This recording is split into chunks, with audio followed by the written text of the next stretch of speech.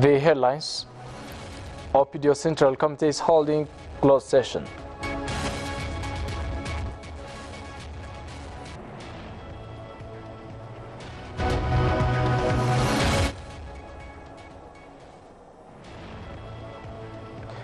Theresa May is to meet President Xi Jinping.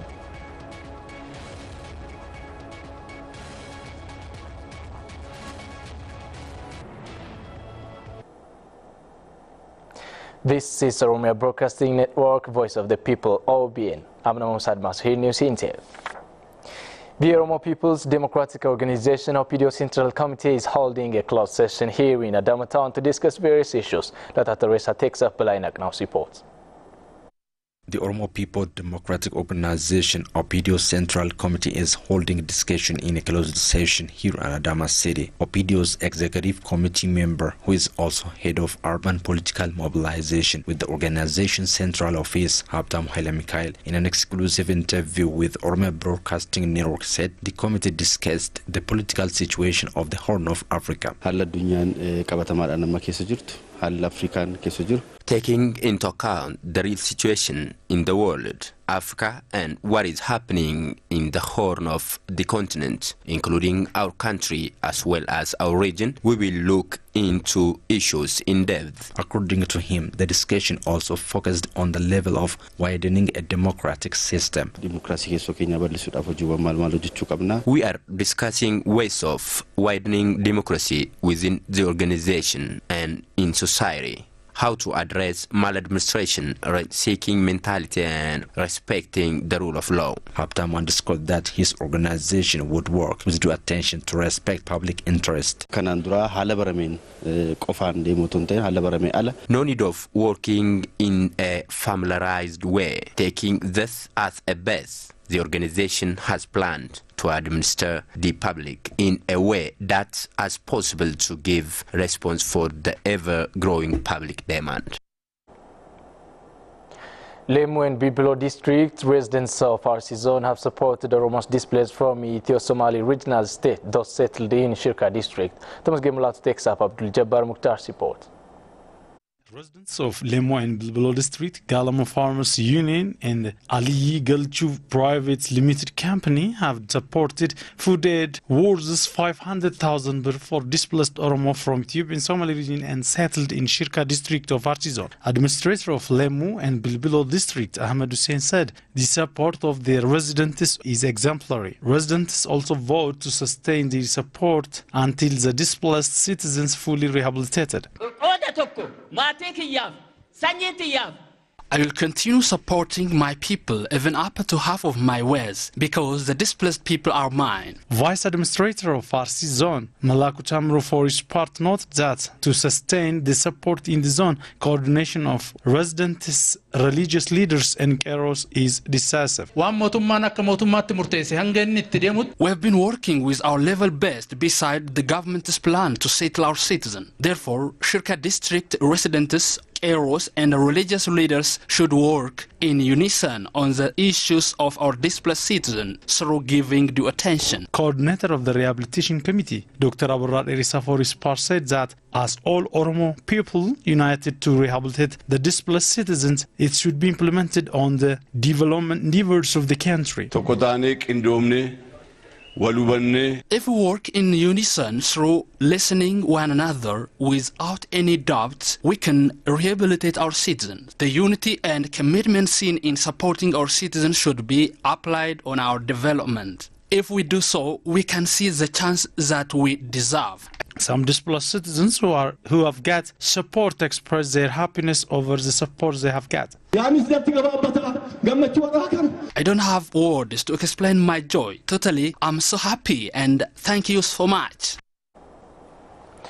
World Bank has planned to open 15 technical and vocational education and training centers in Ethiopia, Kenya, and Tanzania in the coming 5 years. The bank has allocated $250 million for the realization of the project.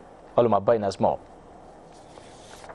According to World Bank, East Africa Skills for Transformation and Regional Integration project will be effective starting from next year in countries like Ethiopia, Kenya and Tanzania. According to the bank, the main objective of the project is to enhance the quality of education in East Africa and to reduce skilled manpower in surplus. Director General of the World Bank at Ethiopia, Mr. Richard Spencer, said the project was set to strengthen the technical vocational education and training in Ethiopia, Kenya and Tanzania. The project is to support technical vocational education and training for people in Ethiopia, Tanzania and Kenya, and we're supporting it through providing financing for centres of excellence to various centres in these three countries. Head of the East Africa Skills for Transformation and Regional Integration project, Ms. Shawi Iliang, said East Africa is rapidly growing. Africa is rapidly developing. Every country in the region, especially East Africa, we have plans to do railways, plans to do aviation sector, plans to do energy and a power line that connects different countries. Where do we get the skilled technician?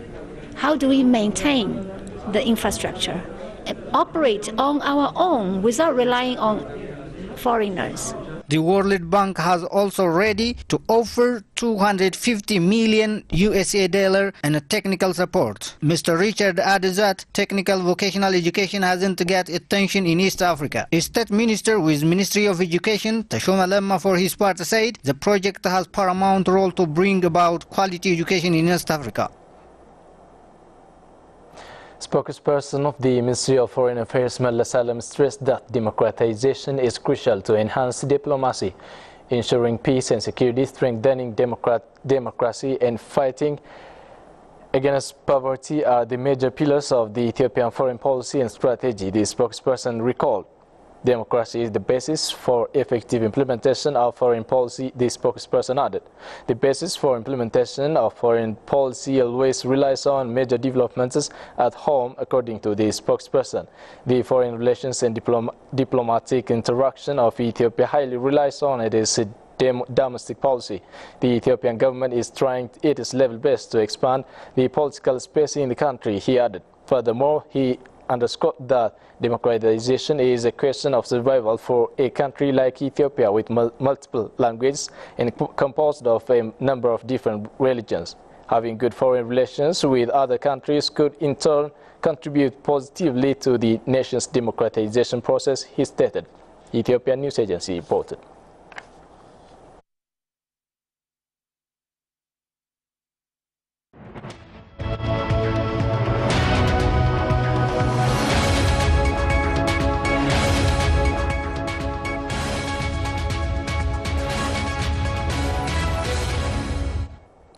You're watching OBN Voice of the People. Now news from Britain.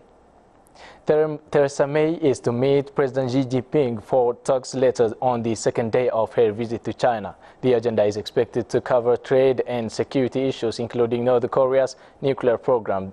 The Prime Minister is in China at the head of a 50-strong business delegation. She will also raise environmental concerns, and President Mr. Xi, with a box set of BBC's Blue Planet second series with a personal message from presenter Sir David Attenborough. The show examined the effect of human behavior on the environment and was referenced by Mr. May last month when she pledged to eradicate all avoidable plastic waste in the UK by 2042 as part of the 25-year green strategy. On the first day of her trip, the Prime Minister announced a UK-China effort to strengthen international action against the illegal trade in ivory. She also said Mr. Xi's initiative to establish overland transport links between China and Europe would be discussed at their meeting. BBC reported.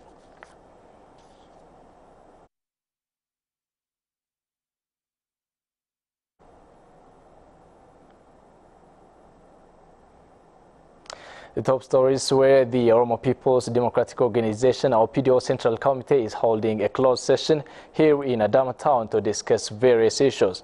Theresa May is to meet President Xi Jinping for talks later on the second half of her visit to China. Those were all our today's news. Thank you so much for joining us. Goodbye.